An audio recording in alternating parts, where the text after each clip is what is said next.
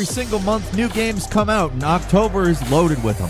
We got some real heavy hitters to talk about coming in this upcoming month. I don't want to waste a bunch of time here at the beginning. Hi folks, it's Falcon, and today on Game Ranks, the top 10 new games you need to pay attention to in October 2024. So starting off at number 10, it's SpongeBob SquarePants, the Patrick Star game. This is a physics-based sandbox adventure, as they are calling it, and of course it's set in the world of SpongeBob. This one comes to us by way of PHL Collective, a developer that I wasn't really aware of, but has done various games. Probably most high profile is the DC League of Super Pets, which was a rail shooter that came out a couple of years ago. Actually not a terrible game, kind of a Star Fox-like, which is not what you would expect based on the fact it's a DC game. But clearly PHL works with licenses, and this is the latest one.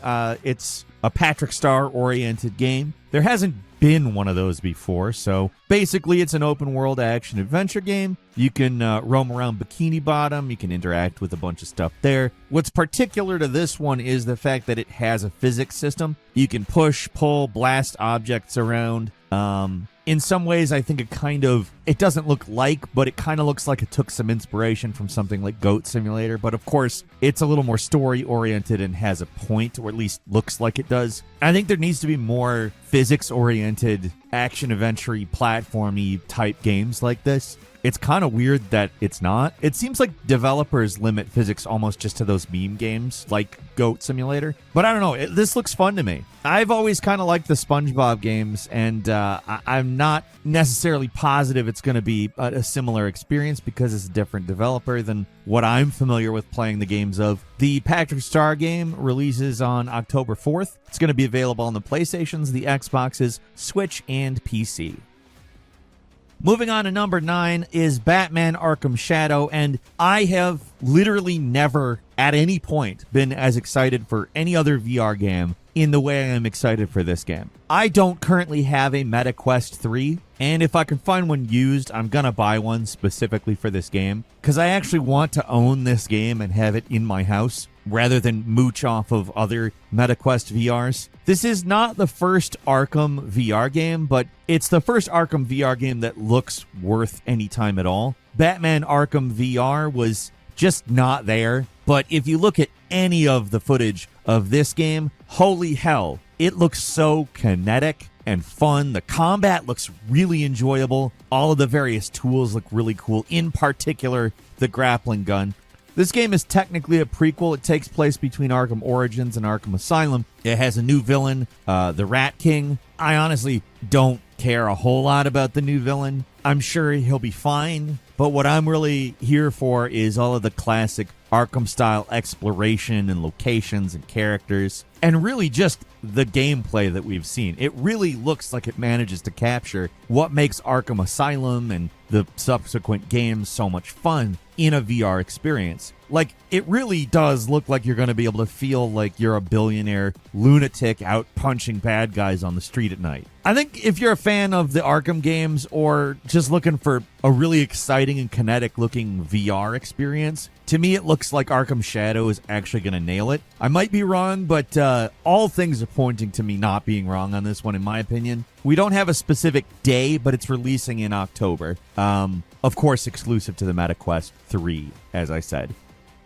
At number 8 is Life is Strange Double Exposure, is a new entry in the franchise featuring the original protagonist, Max Caulfield. Honestly, like, this series is such a weird series. It's one of those things that's kind of embarrassing to admit that you really like, but I really like them. I don't relate to any of these characters. They're completely outside of my purview. I am not a punk teenager. I wasn't particularly alternative back then. I kind of hate teenage drama, but there's just something that this does different than all of the games that have tried to imitate it. And might I add, I really hate all those games. Every time I see something that looks like Life is Strange that isn't Life is Strange, I'm just like, wow, no, stop. And I think it's basically that Life is Strange understands that the story and the characters are the core of why it is good. Finding a way for their problems and conflicts to be interesting, even if not necessarily completely relatable, is why the game is. It's not the aesthetic. I don't even care about the aesthetic at this point. It was different when it came out, but so many games have looked like this since. So the point of this one is Max is going to be navigating two realities and jumping between them. They seem to be kind of different timelines, but not particularly. She has a friend by the name of Safi who was murdered in one of those timelines, and in the other, Safi hasn't been. Max's powers in this game are obviously different than they were in the original Life is Strange. She can look at the other reality, physically shift to the other reality, and all of this is, of course, in service of the sort of detective-like gameplay of Life is Strange. I like Life is Strange, again. I look forward to this, although I don't know how many people in my life I'm going to tell that I'm excited about a new Life is Strange game with the original protagonist. It's releasing on October 29th for PS5, Xbox Series, and PC, and later on, they haven't announced when exactly, but a Nintendo Switch version is coming out. And number 7, it's A Quiet Place: The Road Ahead, a first-person survival horror game developed by Storm Mind Games. Obviously, A Quiet Place is probably an actually pretty damn good idea for a game crossover. This particular one doesn't involve any of the characters from the movies, but instead a young woman, attempting to not get killed by a nightmare with really good hearing. So this game is oriented towards stealth. I would hope that that would be how it works out. You don't get a lot of tools. You're primarily using your environment. You're scavenging. You're trying not to die. And also, there is a narrative and story and characters, interpersonal drama. Honestly, when they announced this game, I had a little bit of mild skepticism because it seems like such a good idea for a game, but at the same time, it's also a movie crossover franchise, which can, lend itself to bad games. And unfortunately, I get extra skeptical when it's something that I know very well could be good and is, well, I mean, they have a few games under their belt, but they're not games I'm really particularly familiar with. This easily looks like their highest profile game. Their other games are not licensed games, at least not that I'm aware of, so it's not like they've been pumping out crappy licensed games or anything, so I do think that there's hope. And like I said, the idea for it is just kind of automatically good. I don't want to poison the well, but I also want to express that I think it could go either way because honestly, it's such a this should be a good game idea that for some reason I just can't help but think it would also be really easy to screw up for some reason. I am excited to play it, though, because if they nail it, I mean, that's going to be a cool game. I will say the scenes I've seen of the aliens kind of wreaking havoc look pretty damn cool, and the potential for environmental puzzles is honestly pretty high. There's a lot that could be really good about this, so I'm crossing my fingers that's how this pans out when A Quiet Place: A Road Ahead releases on October 17th for PS5, Xbox Series, and PC. And number 6 is Dragon Ball Sparking Zero, a 3D action fighting game that it's not like a 2D fighting game like Street Fighter. It's more like the previous Budokai Tenkaichi series of Dragon Ball games, which, if you are unfamiliar, is a series of Dragon Ball fighting games that ended in 2008. So it's been a very, very long time. This game is actually Budokai Tenkaichi 4. It's the first of the series that is actually using the Japanese name, which is actually less Japanese sounding. The series is known as Dragon Ball Sparking in Japan. This is Dragon Ball Sparking Zero. Honestly, this was a series that I really enjoyed. I played 1 through 3 back in the day. They are fun as hell. And from all of the gameplay and trailers I have seen, it looks like the core gameplay is preserved. I'm sure they've modernized some things, but they have added new things like fusion mechanics, so you can combine, like, for instance, Goku and Vegeta to Vegito or Gogeta. I don't know, if you played video games in the mid-2000s, and, I'm not heavily into anime, but, like, as far as anime goes, Dragon Ball Z is definitely a go-to. And for me, that was what got me into these games. The games are fun as hell, and I couldn't be happier they're releasing a new one. Dragon Ball Sparking Zero is coming October 10th to PS5, Xbox Series, and PC.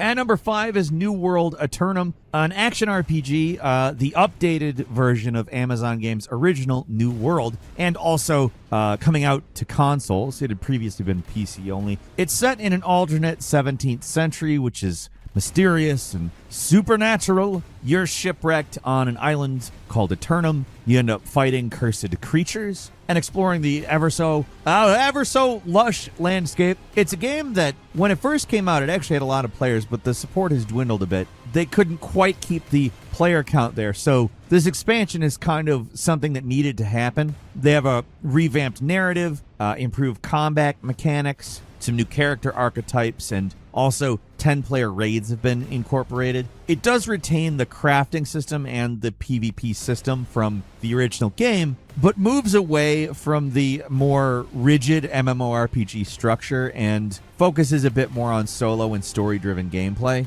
I think that's kind of the right move, because I think it gives people something more narratively interesting to do when they're not doing the MMORPG stuff, which is still there. The multiplayer options and stuff is still available, and you're going to have cross-platform play between the PC and consoles, so I think the player count is going to be a lot better, and also having a lot of the mechanics from the original game where actually it's a pretty good game. It just doesn't quite pop how it needs to. The features, however, have been refined, and it looks like they're giving you a little bit more meat to chew on. I think this is honestly a really good development for this game because it had the bones of something good, and it sounds like that they took it in the direction that would make it good, particularly good. New World Eternum is landing on October 15th for the PS5, Xbox Series, and PC.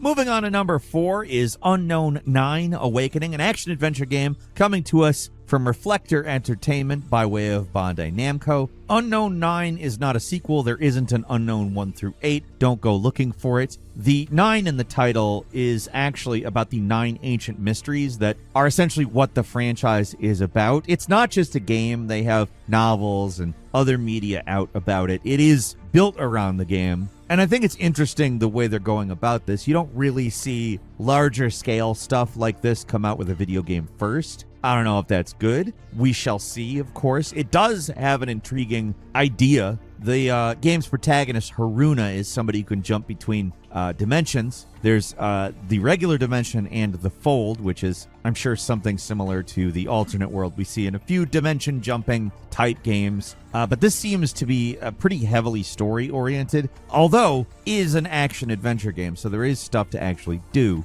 All of the marketing material talks about not only exploration, but also combat and stealth. There's a lot of potential with this one. They really went out of their way to create a new world to set a game in, and I'm interested to see if it pans out. Unknown 9 Awakening is coming out on October 18th for the PlayStations, the Xboxes, and PC. At number 3 is Call of Duty Black Ops 6, which is set in a particularly interesting period of time, the early 90s, and it deals with the global upheaval after the Cold War's end. Obviously, there's 2 parts to any Call of Duty game. There is the single-player campaign and the multiplayer. In terms of the single-player, I think looks fun. We've got heists, we've got spy operations, espionage, the stuff that you would expect from a Black Ops game. On top of that, they've brought back the actual zombies mode. Last year's zombies kind of sucked, and I'm sure that they're responding to the fact that nobody was happy with it. It has certainly gotten a pretty fair amount of praise for going back to the classic round-based format. But I will also say, Call of Duty has let us down before, and just because they returned to the format doesn't mean it's completely right. We'll see.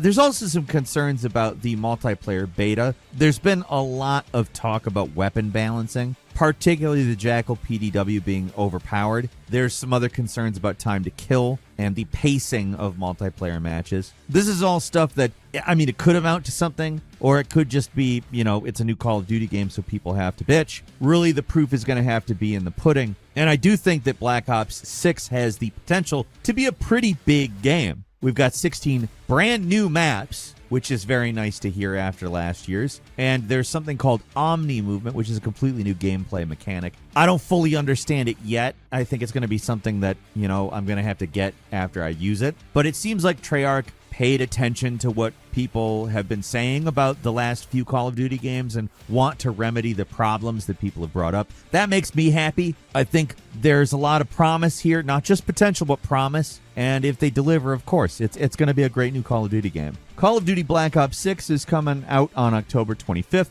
to the PlayStations, the Xbox Series, and PC. And number 2 is Dragon Age the Veilguard, a game that we're all crossing our fingers is a nice big old return to form for BioWare, because BioWare's had some problems over the last quite a few years. Between the botched Mass Effect sequel, the botched flying robot armor game that frankly should have been an easy home run, but got bogged down with stupid live service shit, BioWare said, you know what, let's continue the Dreadwolf storyline from Dragon Age, because I think people will want that. It's not unfamiliar. It's not taking, a popular franchise of theirs and telling a completely different story in a completely different place, devoid of any real stakes. And it's not a completely new IP. It's basically easy mode if BioWare does what they should do. Now, the thing that's interesting about Dragon Age is that they haven't really settled on what Dragon Age gameplay actually is. It varies a little bit from game to game, and this one looks like it's going into a more action-oriented type gameplay. And I think that's good, because the stuff that worked best in Inquisition, in my opinion, was the action-oriented gameplay. If they're leaning further into that, and by all accounts they are, if you look at any footage of the game, it looks like something that could actually be quite good. Now, just like with Black Ops 6, there are concerns. Obviously, their previous massive failure, that is Anthem, I haven't even said the name of that here. I think Anthem is such a prodigy. It's like the bad live service flying robot armor game. Anthem, it was terrible. With that as their most recent failure, there are people that are very concerned there's going to be live service elements that end up in this one. I really hope this is not the case, because it looks like they're looking to focus on characters and narrative, which is exactly what they should be doing. As long as the combat sits neatly in with those things, they have an easy hit on their hands. So let's hope that it doesn't go the live service direction. I'm a big Dragon Age fan. I'm excited for this. I'm always going to be excited for a new Dragon Age game, as long as they don't, right out of the gate say it's free to play with live service elements. If that's a new Dragon Age game at any point, I'm probably gonna tap out of that one. But everything I've seen of this one looks good. It's going to be great if BioWare doesn't shoot themselves in the foot. I think it's an easy one. It should be good, and I look forward to playing it when it comes out on October 31st on PS5, Xbox Series, and PC. And finally, at number 1 is the Silent Hill 2 remake. So this has been something that's kind of been controversial for a while. People have been kind of nervous about this one because Silent Hill is a beloved franchise, and Silent Hill 2 in particular is a beloved game. It's one of the games that really helped establish a lot of video game tropes that I think are good, and very few games have the kind of atmosphere that Silent Hill 2 does. Bloober Team is a developer that has put out some decent games and some duds, and I think people are kind of worried about it for that reason in particular. The remake updates the original's gameplay to be a lot more like the Resident Evil remakes, and thus people worry that it kind of changes the tone to be a little more action heavy. I'm sure to some extent this might be a little bit true, but I don't know how true it is. We've seen some combat system stuff. I don't think that it looks bad, and I think it actually looks enjoyable. And some others have also found the decision to replace the original voice actors not great, but also we have to remember Silent Hill 2 came out in 2001.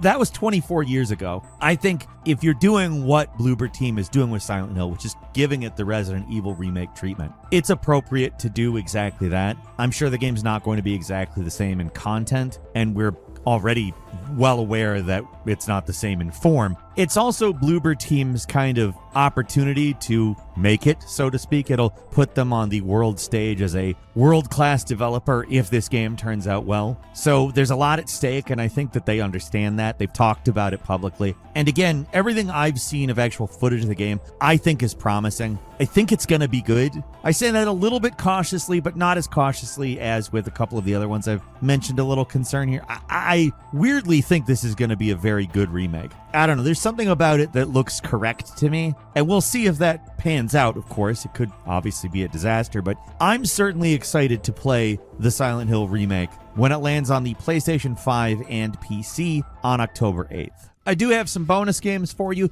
The first is No More Room in Hell 2, co-op zombie survival horror game. This is an early access release, and it's basically going to be you and other players fending off waves of the undead and managing resources. Looks like a fun game for people who are looking for some hardcore survival action. That's releasing in early access, like I said, on October 31st on the PC. Next is Sonic X Shadow Generations. It's a remaster of Sonic Generations with a bunch of new Shadow content. I think this is a great idea. We're getting a full remaster of Sonic Generations, which is a great game, and we're getting an entire new campaign for it with Shadow the Hedgehog. Frankly, that's just a new game, and you get it with a remaster of one of the better 3D Sonic games. That's coming to the PlayStations, the Xboxes, PC, and Switch, October 25th. Next is Teenage Mutant Ninja Turtles Mutants Unleashed. I don't know if you've noticed, but the TMNT beat-em-ups in recent years have been quite good, but they've followed the retro formula, and it looks a little bit more modern of a beat 'em up. It's in 3D. You can kind of see some of the